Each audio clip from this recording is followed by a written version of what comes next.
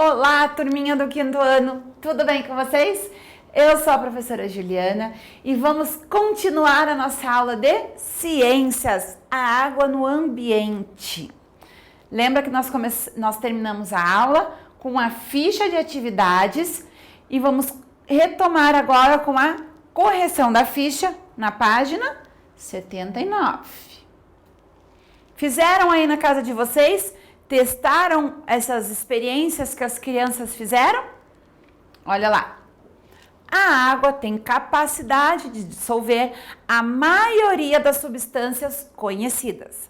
Os alunos representados na imagem a seguir estão realizando um experimento para verificar a capacidade de solubilidade da água. Então, a capacidade que a água tem de dissolver, de misturar, de dissolver outras substâncias.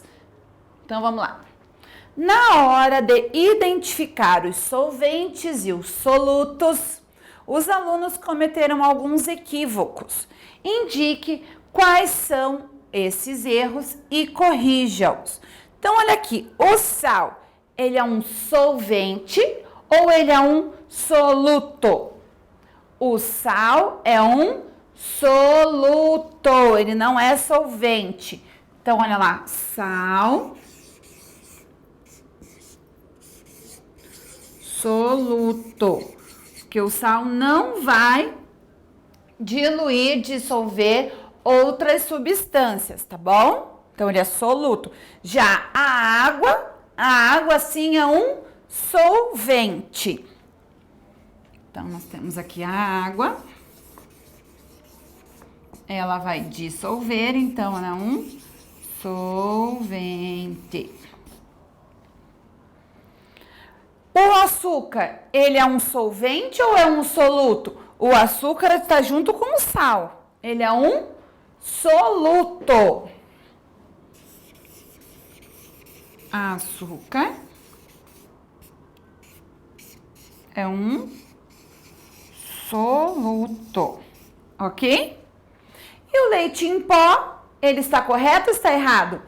Está correto, porque o leite em pó, ele é como o açúcar e como o sal. Ele é um soluto, que nós fizemos a correção, ok? Eles é que vão ser diluídos, dissolvidos pela água, no caso aqui. Lá na página 80, a outra tarefa, dizia assim: na sua casa, onde é possível encontrar água nos estados sólido, líquido e gasoso? Represente a sua resposta por meio de desenho ou colando imagens nos espaços a seguir. Lembra que nós lá na primeira aula falamos sobre isso? Eu pedi para vocês pensarem sobre onde vocês podem encontrar a água nesses estados na sua casa? Então, olha lá, no estado sólido, qual foi o exemplo que eu dei a vocês que poderia ser uma resposta? O gelo que a gente faz lá no freezer, no congelador, né, para refrescar a água, ou para colocar, às vezes cai, bate a cabeça, põe lá o gelinho. O estado líquido, a água que a gente bebe, a água do banho, a água para poder passar o café. No estado gasoso, o vapor da água. Quando sai lá do chuveiro, tá bem quente, sai aquela fumacinha, a água em estado gasoso. Quando eu fervo a água lá na chaleira e sai a fumaça, é a água em estado gasoso, o vapor da água, certo? Então, aqui foram alguns exemplos que você pode ter feito o desenho ou escrito, tá bom? Ou feito as duas opções. Vamos lá para o nosso livro, na página 142. Flutua ou afunda na água? E aí, você sabe boiar? Sabe ficar flutuando na água? Por que será que a gente consegue flutuar? Por que será que um navio, aquele tamanho todo, aquele peso todo, boia e não afunda? Vamos ver? Assim como os icebergs, os navios e muitos outros objetos flutuam na água.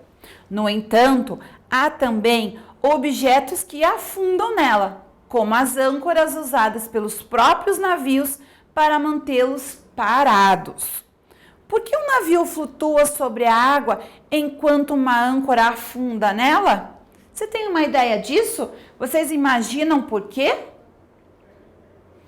Vamos ver se a sua ideia está correta, se o que você imaginou é isso? Então vamos lá. Antes de mais nada, é necessário compreender que existe uma força que os corpos exercem sobre a superfície em que se encontra. E essa força é chamada de peso. Então, olha aqui, nós temos o desenho do próprio navio aqui na água, o peso do navio e tem uma outra força que está mandando para cima. Então, olha lá. Quando os corpos estão na água, além da força peso, que é o que manda para baixo, há outra força que atua sobre eles, que é o empuxo. O nome dessa força é empuxo. O que está mandando para baixo, forçando para baixo, é o peso. E o que está vindo lá de baixo para cima se chama empuxo. O empuxo é uma força contrária ao peso, ou seja, se o peso atua em um corpo de cima para baixo, o empuxo atua no corpo de baixo para cima. É por isso que fica mais fácil carregar pessoas quando estamos na água. Então, olha bem aqui o desenho. Nós temos a força do peso, que é o que está mandando descer, né? O navio afundar. Mas do mesmo jeito tem a força que vai para baixo, tem uma força que vem lá de baixo para cima, que também está empurrando o peso, e aí ali se encontra mais ou menos um equilíbrio. Essa força se chama empuxo, representação de um navio flutuando devido às forças peso e empuxo. Vamos continuar a leitura. O empuxo é maior quanto maior for o volume. O que é o volume, pessoal? O volume está aqui, ó. Volume, medida da quantidade de espaço ocupada por um corpo. Então, nós temos, por exemplo, aqui, ó, minha folha de papel, tá? Ela reta aqui, ela tem um volume, certo? Todo esse espaço aqui, ó, está embaixo. Se eu pegar esta mesma folha de papel aqui, ó, vamos pegar uma folha de papel aqui, solta, que eu já usei. Se eu pegar a mesma folha de papel, o mesmo tamanho, e eu fizer uma bolinha, amassar, olha o tamanho que ela vai passar a ocupar. Na palma da minha mão, a bolinha aqui é o mesmo papel, o mesmo tamanho. Aqui eu tenho o mesmo tamanho de papel, ocupando mais espaço que a bolinha. Então, o volume aqui é maior do que aqui, certo? Então, olha lá, o empuxo é maior quanto maior for o volume. Então, olha aqui, a força que vem de baixo para cima nesse caso é maior do que a força que vem neste tamanho de baixo para cima, certo? O empuxo é maior quanto maior for o volume ocupado pelo corpo. É por isso que até mesmo navios enormes flutuam na água. Outro conceito importante para responder à pergunta feita sobre a flutuação do navio é a densidade. Uma relação entre a massa, que é a quantidade de matéria que cada corpo possui, e o volume do corpo, do volume ocupado pelo corpo, que varia de acordo com as substâncias de que são formados. Para que o material flutue, ele precisa ser menos denso que a água, pois se possuir uma densidade maior, ele afunda. Muitos materiais que compõem o navio possuem uma densidade maior que a água. Desse modo, para flutuar, o navio possui um espaço em seu interior que é ocupado por ar. Isso faz com que a sua densidade como um todo seja menor que a da água. Resumindo o que acabamos de estudar, as características que influenciam para que um corpo que está na água ou em outro líquido flutue com mais facilidade são o seu formato e as matérias e os materiais de que é feito, tá? Então, o tamanho e o material do que é feito. Olha aqui o exemplo.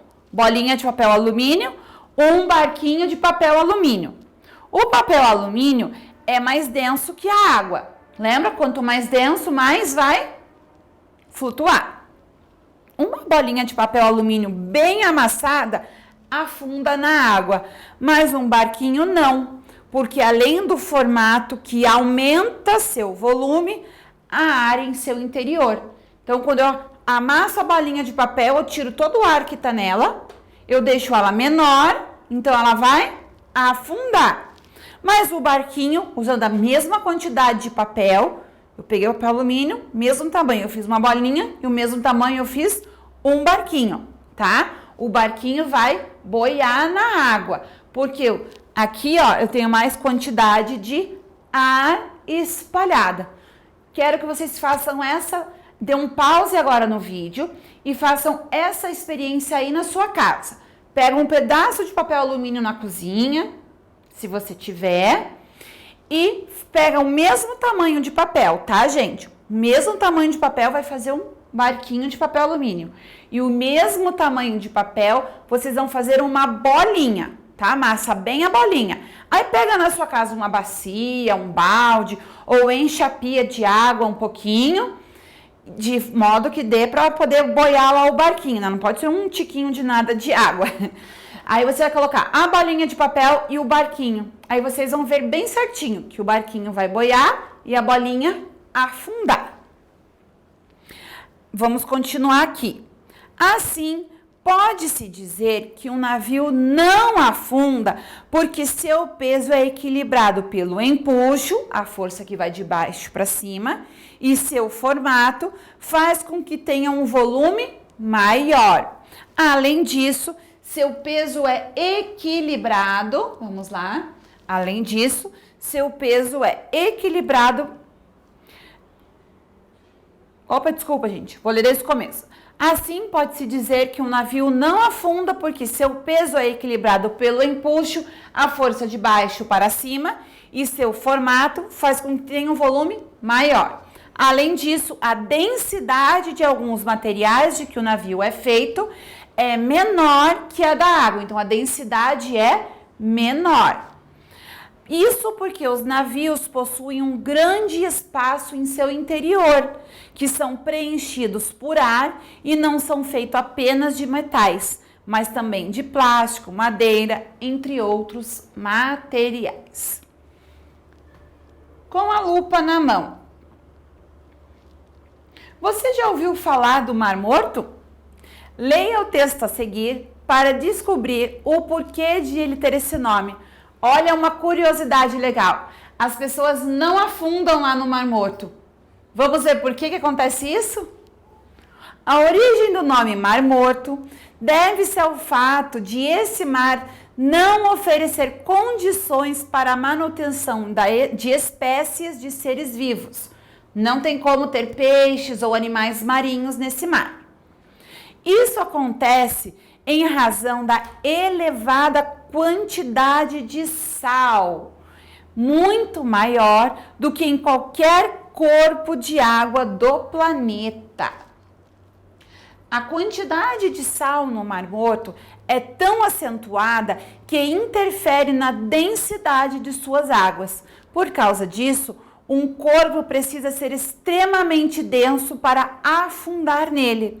A prova disso é o fato de que qualquer pessoa conseguir flutuar normalmente em suas águas. Então, ó, quem tem dificuldade de boiar no mar, na água, vai lá no Mar Morto que vai boiar bem tranquilamente. É muito difícil afundar. Eu falei que ninguém consegue assim, mas é que é muito difícil pela densidade da água. Todavia, existe uma certa surpresa nessa história toda. O Mar Morto não é mar nem está morto. O Mar Morto não é mar, mas sim um grande lago de água salgada. Também não está morto, pois alguns seres vivos, como bactérias, conseguem sobreviver nesse ambiente. Viu que legal essa curiosidade do Mar Morto? Você já ouviu falar nele? Já conhecia?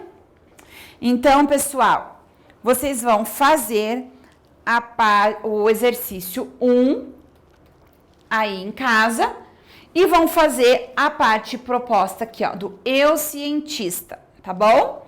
Como que é isso? Ó, agora que você já estudou a solubilidade de sais minerais na água, a densidade e as forças peso e empuxo, pesquise. Porque um corpo precisa ser muito denso para afundar no Mar Morto? Por que o corpo precisa ser muito denso para afundar lá no Mar Morto? Pesquisa isso. E o eu cientista, na página 144, é a tarefa que vocês vão fazer em casa. Uma experiência. Quem puder filmar essa experiência para depois compartilhar com a gente, marcar a gente nas redes sociais, no @SAIDigital, ou compartilhar com seus colegas de escola, fica aí uma dica bem bacana. E na próxima aula nós vamos comentar sobre essas experiências. Certo, turma? Um beijo, muito obrigada pela aula de hoje. Tchau!